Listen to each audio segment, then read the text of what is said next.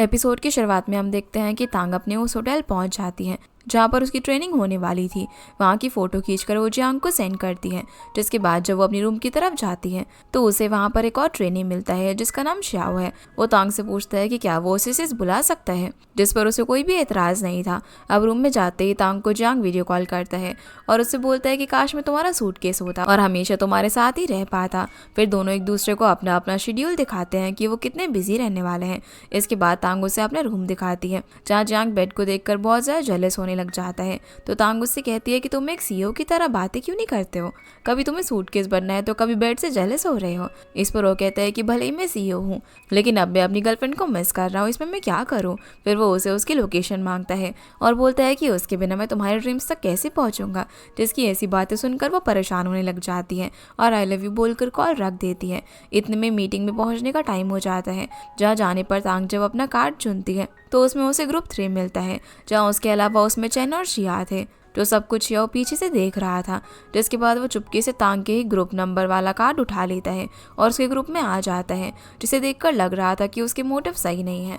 सभी के आने के बाद अब मीटिंग शुरू होती है, जिसके बाद वो अपने काम में बिजी हो जाती है। दूसरी तरफ जियांग भी इवेंट्स में बिजी होता है। इवेंट्स के बाद हम देखते हैं कि जियांग और फेंग को बीजिंग जाना था, पर जियांग उसके साथ जाने की बजाय फैमिली मैटर का रीज़न बताकर कहीं और चला जाता है।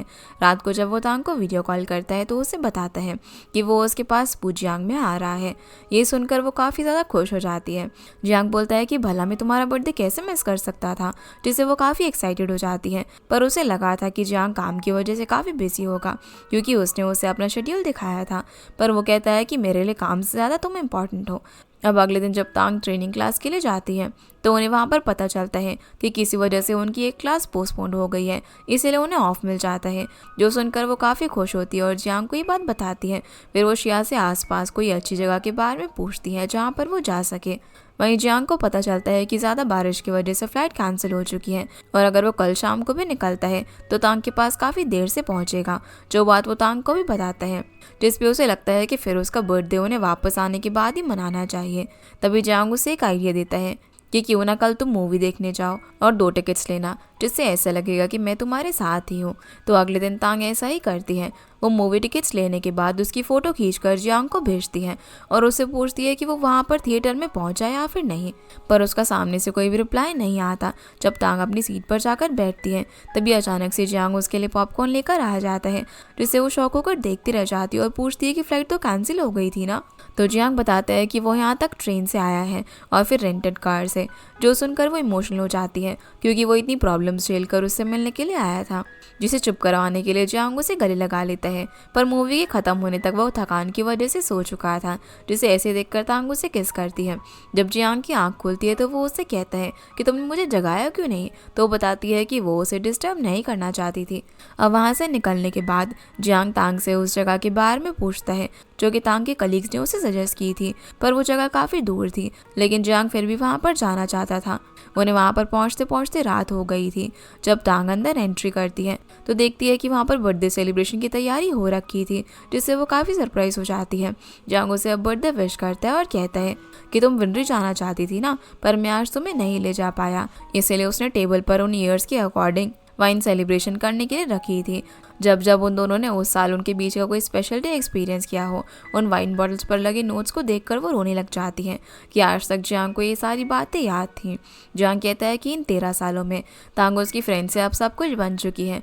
जिसके बाद वो उसे एक कैंडी थीम नेकलेस देता है जो कि उसने खुद उसके लिए बनवाया था, जिसे वो उसे पहनाता है।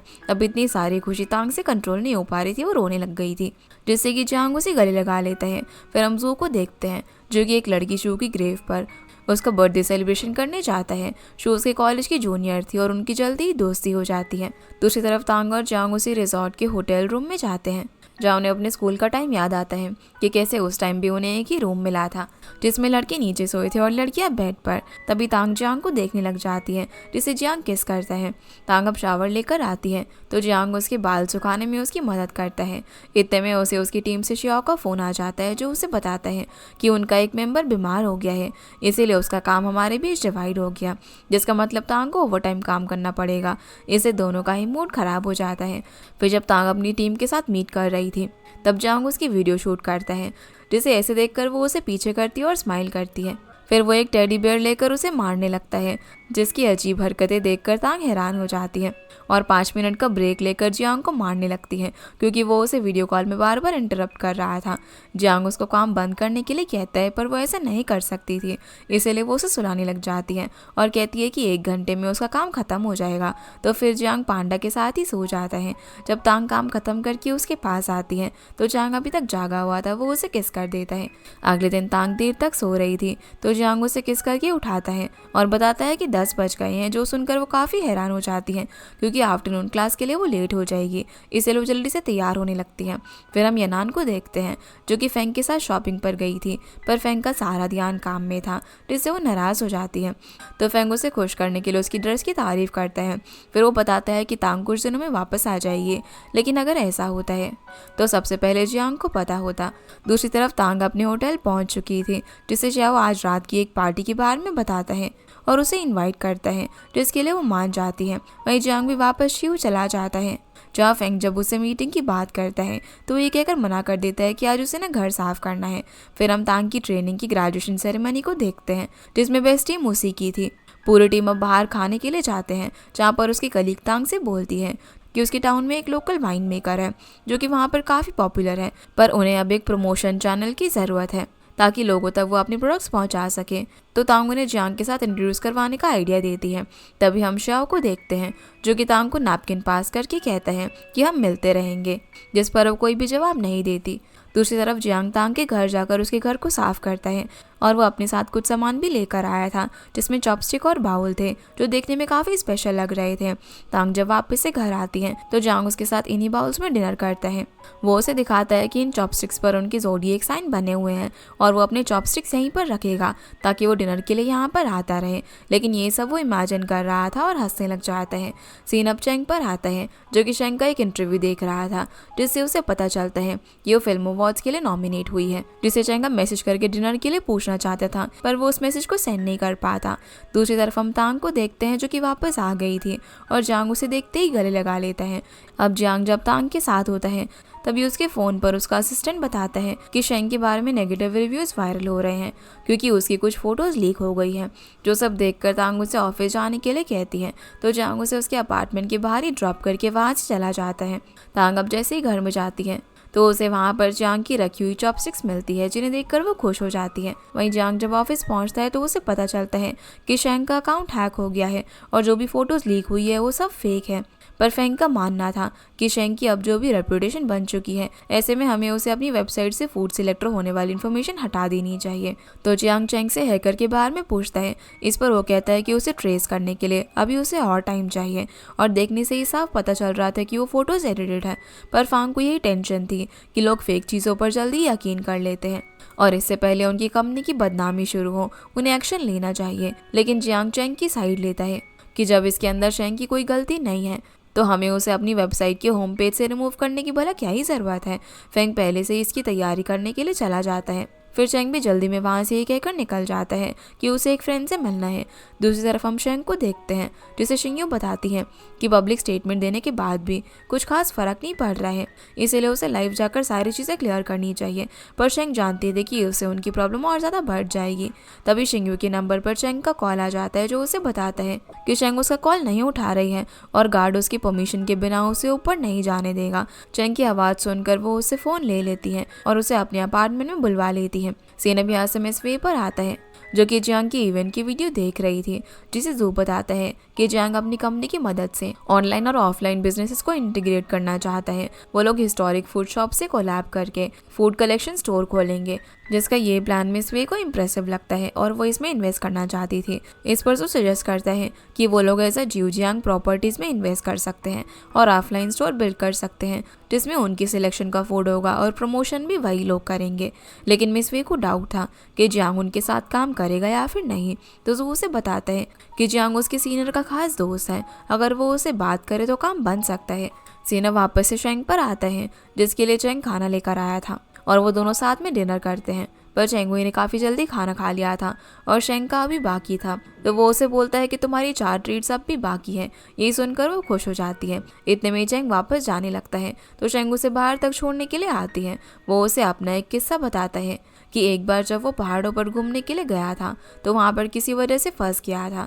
ना ही उसके फ़ोन में सिग्नल था और ना ही वो किसी को कांटेक्ट कर पा रहा था। उसे काम की टेंशन होने लगी कि वो रिप्लाई कैसे करेगा। पर हफ्ते बाद जब सिचुएशन नॉर्मल हुई तब चैंग को रियलाइज़ हुआ कि वो मैसेज उसके लिए इम्पोर्टेंट थे ही नहीं। वो बस उसे ये समझाना चाहता था कि उसे नेगेटिव कमेंट्स को इग्नोर करना चाहिए। उसके जाने के बाद शिंगी उससे पूछती है कि चैंग यहाँ पर क्यों आया था, पर वो उसे डम्पलिंग्स खाने को कहकर बात टाल देती है और इन रूमर्स की टेंशन लिए बिना सोने चली जाती है, क्योंकि चैंग की बात उसे अच्छे से समझ में आ गई थी।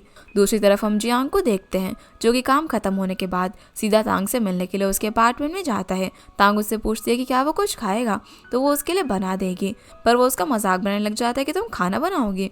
इस पर तांग काफ़ी कॉन्फिडेंट हो जाती है, तो जियांग उसके फ्रिज में पड़ी हुई सभी आइटम्स का नाम लेकर उसे डम्पलिंग्स बनाने के लिए कहता है, जो सुनकर वो हैरान हो जाती है, क्योंकि उसे तो खुद भी नहीं पता था कि उसकी फ्रिज में ये सब पड़ा हुआ है। तो वो कहता है कि मैंने आज ही किचन की सफाई की है।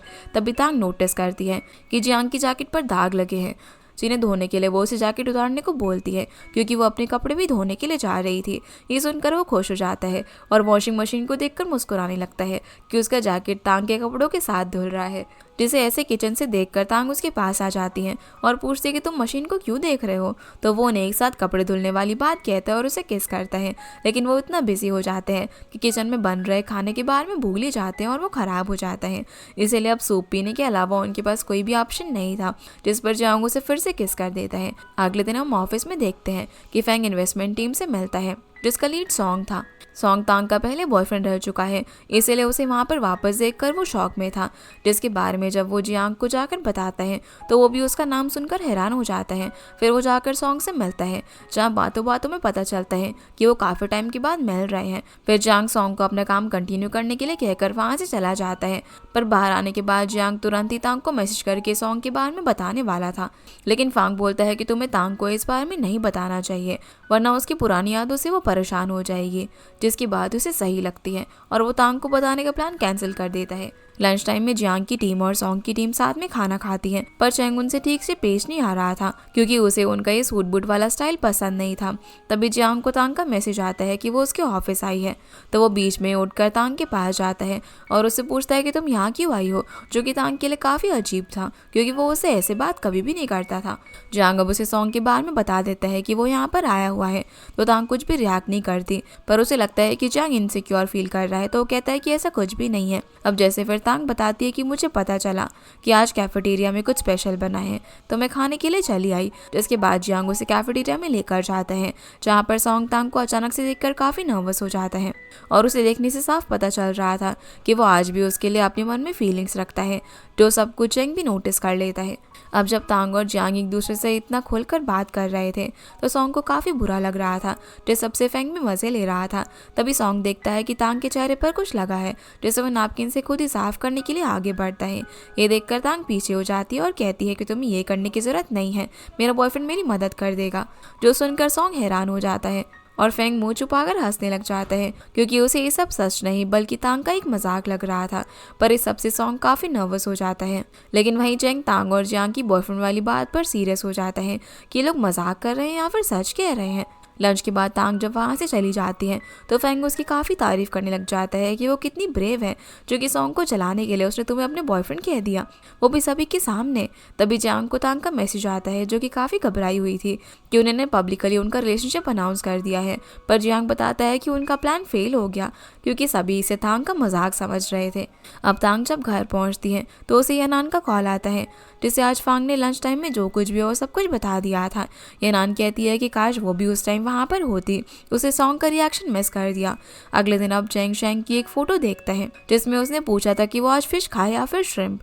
ये देखने के बाद चैंग असिस्टेंट से कोई ऐसी सॉस मांगता है जिसे उन्होंने रिसेंटली प्रमोट किया हो। इतने में जियांग भी वहाँ पर आ जाता है, जो कि तांग के लिए अच्छा खाना यहाँ से भिजवाना चाहता था। ये देखकर चैंग हंसने लग जाता है, पर जियांग उस पर ध्यान नहीं देता। जिसके बाद चैंग उस सॉस को लेकर शैंग के अपार्टमेंट पहुँच जाता है। जिसे यहाँ पर अचानक से देखकर वो काफ़ी सरप्राइज है। चैंग उसे वो सॉस दिखाकर कहता है कि तुम इसे फिश और श्रिम्प दोनों के साथ खा सकती हो, जिसे वो स्माइल करती है। सीन अब यहाँ से ज़ू पर आता है जो कि इन्वेस्टमेंट के लिए फांग से बात करता है कि जियांग यूशु के फूड मैप प्रोजेक्ट में इन्वेस्ट करना चाहता है और यूशु को ऑफलाइन स्टोर्स खोलने की जगह तो चाहिए ही होगी ना, तो जियांग उन्हें बिजनेस प्रॉपर्टीज प्रोवाइड करवा सकता है। जिस पर कुछ भी डील करने से पहले फांग उसे उन सिटीज की लिस्ट मांगता है जहाँ जियांग कंपनी की बिजनेस प्रॉपर्टीज है। सीन वापस से शेंग और चेंग पर आता है जहाँ वो दोनों उन डिशेस को मिलाकर बनाते हैं, जिस भी शेंग चेंग को डराने के लिए शिम्प को उसके पास लेकर आ जाती है और वो डर भी जाता है, जहाँ पर दोनों काफ़ी मस्ती करते हैं। चेंग अब उसे रेसिपी देख देख कर बता रहा था जिसे वो फॉलो कर रही थी। तभी उसकी नज़र शेंग की टैबलेट पर पड़ती है, जिसे देखकर वो समझ जाता है कि उस प्रोग्राम में जो दूसरा स्पेस रोवर था वो शेंग का था और वो उसे का मैसेज देखा करता था। दूसरी तरफ ज़ू मिस वेई को जाकर बता देता है कि शियोन के साथ काम करने में इंटरेस्टेड लग रहे हैं, लेकिन इसका फैसला उनके साथ एक बोर्ड मीटिंग के बाद ही होगा, जिससे मिस वेई को भी डील पूरा होने के चांसेस दिखाई देने लग जाते हैं। वहीं डिश बनने के बाद शेंग और चेंग साथ में खाना शुरू करते हैं जो कि काफ़ी टेस्टी बना था। शेंग उसे बताती है कि उसे काफ़ी बार एक्ट्रेस बनना छोड़ने का मन किया क्योंकि अब वो इस फील्ड की रियलिटी को जान गई थी कि एक्ट्रेस को भी काफ़ी प्रॉब्लम होती है। लोग घर पर उन्हें जज करना शुरू कर देते हैं, जिसका मूड अच्छा करने के लिए वो उसे सॉस के साथ खाने के लिए कहता है, जिसे जब वो ट्राई करती है तो काफ़ी ज़्यादा टेस्टी था और उसे बहुत पसंद आता है। ये देखकर वो उसे इस डिश को और भी बेहतर तरीक़ों से खाने के टिप्स देता है। दूसरी तरफ हम सॉन्ग को देखते हैं जो कि अपनी टीम के 2 कलीग से तांग के बारे में काफ़ी बातें कर रहा था। तभी वो बोलते हैं कि तांग जियांग के काफ़ी क्लोज रहती है, पर शायद जियांग शेंग को पसंद करता है क्योंकि रूमर्स फैलने के बाद भी उसने शेंग को अपने होम पेज से नहीं हटाया था। यहाँ से अब हम तांग के स्कूल टाइम का सीन देखते हैं जब वो पहली बार सॉन्ग से मिली थी। टीचर तांग को सॉन्ग को उनकी क्लास तक ले जाने के लिए कहकर वहाँ से चले जाते हैं क्योंकि सॉन्ग वहाँ पर नया आया था और वहीं से उन दोनों की बातें शुरू हो जाती हैं। इसके बाद हम सॉन्ग को देखते हैं जो जियांग को बताता है कि हमारे स्कूल की प्रोफेसर वो को एनुअल इकोनॉमिस्ट अवार्ड मिला है, जिसके लिए हमने उनके लिए पार्टी ऑर्गेनाइज की है। क्या तांग ने तुम्हें इस बार में बताया, क्योंकि वो भी चल रही है। जो सुनकर जियांग झूठ कह देता है कि हाँ बताया था लेकिन मैं ही भूल गया। वहाँ से जाने के बाद जियांग अब तांग को मैसेज करके कहता है कि मैं तुम्हें पिक करने के लिए आ जाऊँगा, पर वो मना कर देती है क्योंकि उसे काम था। दूसरी तरफ हम तांग के ऑफिस में देखते हैं जहाँ पर सभी एम्प्लॉयज़ केबी की वीडियोज़ देख रहे थे जो कि टेक्निकली काफ़ी स्किल्ड है और वर्ल्ड वाइड फेमस भी। उसने अपनी वीडियोस में शेंग की वीडियो के बारे में बताया था कि शेंग का अकाउंट हैक हुआ था और जो फोटोज अपलोड की गई थी वो भी एडिटेड है। जिसने भी ये काम किया है उसका IP एड्रेस भी सेम है। वहीं शेंग और शिंग्यो को समझ में नहीं आ रहा था कि केबी जैसा फेमस इंसान उनकी मदद क्यों कर रहा है, इसलिए वो उसे पर्सनली जाकर थैंक्स करना चाहती थी। सीन अब यहाँ से तांग पर आता है जिसे अपने कैबिन में फ्लावर्स दिखते हैं। उसे लगता है कि इन्हें जियांग ने उसके लिए भेजा होगा, तो वो उनके साथ फोटो क्लिक करके जियांग को सेंड कर देती है। पर जो फ्लावर में एक नोट देखती है तो उस पर सॉन्ग का नाम था, जिसके बाद वो उन फोटोज़ को तुरंत डिलीट कर देती है। पर तब तक जियांग ने उन फोटोज़ को देख लिया था, इसीलिए वो वीडियो कॉल करके जियांग को सब कुछ बता देती है। इस पर जियांग गुस्सा हो जाता है कि वो मेरे यहाँ पर आकर खाना खा रहा है और अब मेरी गर्लफ्रेंड को फ्लावर भेज रहा है। लगता है कि वो जिंदा यहाँ से जाना नहीं चाहता, तो तांग उसे शांत करने के लिए उन फ्लावर्स को उसके सामने डस्टबिन में फेंक देती है, जिससे जियांग खुश हो जाता है और वो डस्टबिन की फोटो मांगता है उसे याद रखने के लिए। लेकिन वो उस फोटो को जाकर सॉन्ग के सामने दिखाता है और कहता है कि पता नहीं तांग को क्या हुआ है, उसे किसी ने फ्लावर्स भेजे थे तो उसने उन्हें डस्टबिन में फेंक दिया। ऐसा वो ये सब सॉन्ग के सामने जानबूझकर कर रहा था। फोटो देखकर फेंग बोलता है कि ज़रूर जिसने भी ये फ्लावर्स उसे भेजे होंगे उसे तांग काफ़ी नफरत करती होगी। जो सब देखने के बाद सॉन्ग काफ़ी अपसेट हो जाता है। अगले सीन में हम जियांग और तांग को साथ में देखते हैं जहाँ पर जियांग तांग से पूछता है कि आज तुम पार्टी में नहीं गई। इस पर वो कहती है कि उस पार्टी में वो किसी को भी अच्छे से नहीं जानती थी और प्रोफेसर वो को भी ज़्यादा सोशलाइज करना पसंद नहीं है, तो वो बस उन्हें गिफ्ट देकर लौट आई। लेकिन वो समझ गई थी कि जियांग के मन में सॉन्ग को लेकर काफ़ी सवाल है, इसीलिए वो घर पहुँचने के बाद उसे सब बता देती है कि कैसे उन्होंने अपनी पढ़ाई एक साथ कंप्लीट की थी। वो कोइंसिडेंटली लाइब्रेरी और इवेंट्स में मिला करते थे और उनका वक्त एक दूसरे के साथ ज़्यादा बीतने लगा था। लेकिन कुछ टाइम बाद तांग को रियलाइज़ हुआ कि वो उसके लिए एक बैकअप की तरह है, इसलिए उसने उसे इग्नोर करना शुरू कर दिया। लेकिन बाद में सॉन्ग ने उसे सब कुछ एक्सप्लेन किया था, पर अब तांग उस पर यकीन नहीं कर सकती थी। लेकिन स्कूल टाइम से वो जो टाइम एक दूसरे के साथ बिताते आए थे उससे सभी को लगने लगा कि वो डेट कर रहे हैं। पर जब सॉन्ग अब्रॉड गया तो सभी कहने लगे कि उसने तांग को डंप कर दिया, जबकि ऐसा कुछ था ही नहीं। अपनी रेपुटेशन को जाता हुआ देखकर तांग ने इसीलिए सब के बारे में बात करना बंद कर दिया था।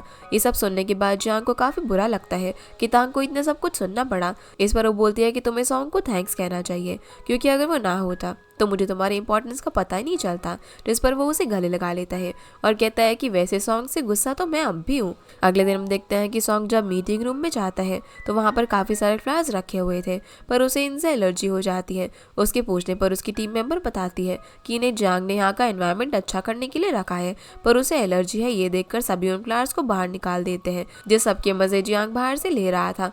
दूसरी तरफ हम तांग को देखते हैं जो कि मीटिंग में शाओ को देखती है, जो उसे अपनी ट्रेनिंग के दौरान भी मिला था।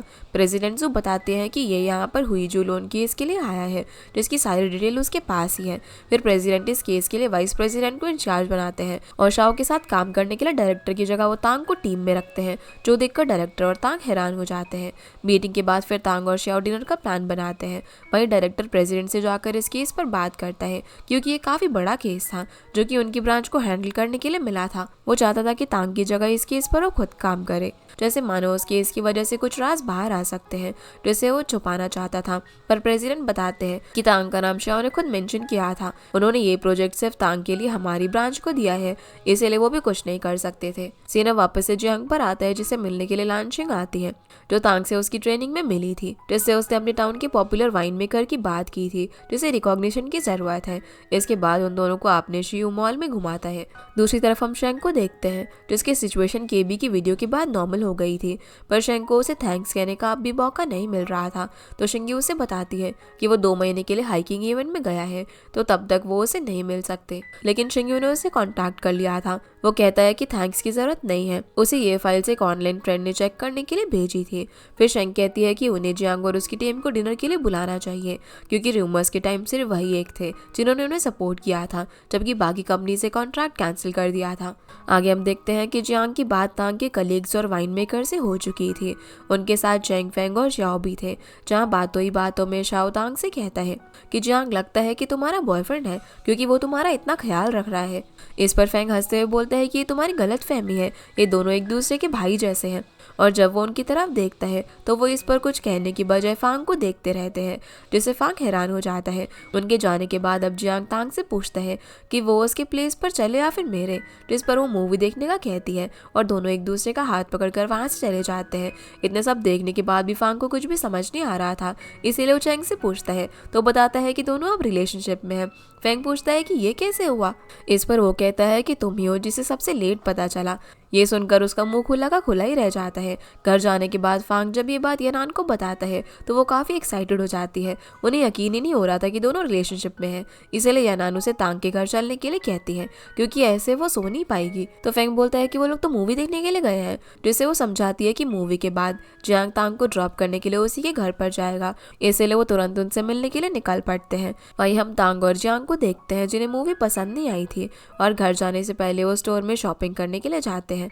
जहाँ से जाने के बाद जियांग को कॉल आ जाता है, जहाँ जब वो बात कर रहा था तभी तांग जियांग की शैडो के साथ खेलने लग जाती है, जिसे ऐसे करता हुआ देखकर वो उसे हक कर लेता है। उसके बाद वो घर चले जाते हैं। अभी वो लिफ्ट में ही थे कि तांग उसे कहती है कि तुम घर जल्दी चले जाना, क्योंकि कल सुबह मेरी मीटिंग है। पर जियांग के कुछ और ही इरादे थे। जैसे ही लिफ्ट का दरवाजा खुलता है तो सामने फेंग और यानान शीक के साथ थे, जिन्हें अचानक से देखकर दोनों चौंक जाते हैं। अंदर आने के बाद फेंग और यानान उन दोनों को बेस्ट एक्टर कहते हैं, क्योंकि इतने टाइम से उनके बीच ये सब कुछ जो भी था वो किसी को पता ही नहीं चला। यानान उनसे पूछते हैं कि ये सब कब से चल रहा है, जिसका एग्जैक्ट टाइम तो उन दोनों को भी नहीं पता था, क्योंकि सब अपने आप ही होता चला गया। अगले दिन फिर हम मिस वे को देखते हैं, जिन्हें मीटिंग में जू बताता है कि फांग ने अपने अब्रॉड में हमारे कॉपरेशन की बात शुरू कर दी है। तब मिस वे बताती है कि वो लोग शियू में 3 बिलियन की इन्वेस्टमेंट करेंगे, क्योंकि बाद में शियू अपने आईपीओ पब्लिश करेगा, जिससे वो उसकी 51% के होल्डर बन जाएंगे। जब बाकी लीडर प्लान में कोई प्रॉब्लम बता रहे थे तो मिस वे उसे ठीक करने के लिए कहती है, जिसका मतलब वो किसी भी हाल में शियू में इन्वेस्ट करना चाहती थी। लेकिन कुछ लीडर्स को अब भी डाउट था, तो वो जियो से मीटिंग के बाद इस बारे में बात करते हैं और पूछते हैं कि सब कुछ कैसा चल रहा है। इस पर वो उन्हें यकीन दिलाता है कि सब कुछ सही से हो रहा है और कोई प्रॉब्लम नहीं होगी। दूसरी तरफ हम तांग के ऑफिस में देखते हैं कि डायरेक्टर काम के बहाने शाओ के ऑफिस में नजर रखे हुए था। तभी उन्हें खराब लोन रेशियो की बात करते सुनता है, जिसके बाद शाओ तांग को जाकर बताता है कि लास्ट 1 ईयर का बैड लोन रेशियो तो ठीक है, पर उससे पहले रेशियो स्टैंडर्ड के 5 टाइम ज्यादा है। जो सुनकर वो भी हैरान हो जाती है और खुद इसे चेक करने के लिए आती है। जो सब कुछ देखकर डायरेक्टर की टेंशन बढ़ती जा रही थी, इसलिए वो इस बार में वे से बात करता है कि हुई जो लोन के लिए पिछले 10 सालों की लोन फाइल्स चेक होंगी। किसी भी वक्त उनके लिए प्रॉब्लम खड़ी हो सकती है क्योंकि पिछले ही मंथ उसने लास्ट ट्रांजैक्शन की थी। जिनकी सारी बातें जो पीछे सुन रहा था वह यहाँ पर डायरेक्टर से थोड़ा और टाइम मांगती है ताकि वो कंस्ट्रक्शन के लिए कुछ फंड रेज कर सके। दूसरी तरफ तांग देर रात तक ऑफिस में सारी फाइल्स को चेक करती है और उसे पता चलता है कि जितने भी केसेस में प्रॉब्लम थी उसे डायरेक्टर ने खुद रिव्यू किया था। इसी के साथ हमारा ये एपिसोड यहीं पर खत्म हो जाता है। तो गाइस ये थी आज की वीडियो एंड होप आप लोग को ये वीडियो पसंद आई होगी। तो इस वीडियो को लाइक कर चैनल को सब्सक्राइब जरूर कीजिएगा। आपसे फिर मिलते हैं इस ड्रामा के अगले एपिसोड में, तब तक के लिए गुड बाय।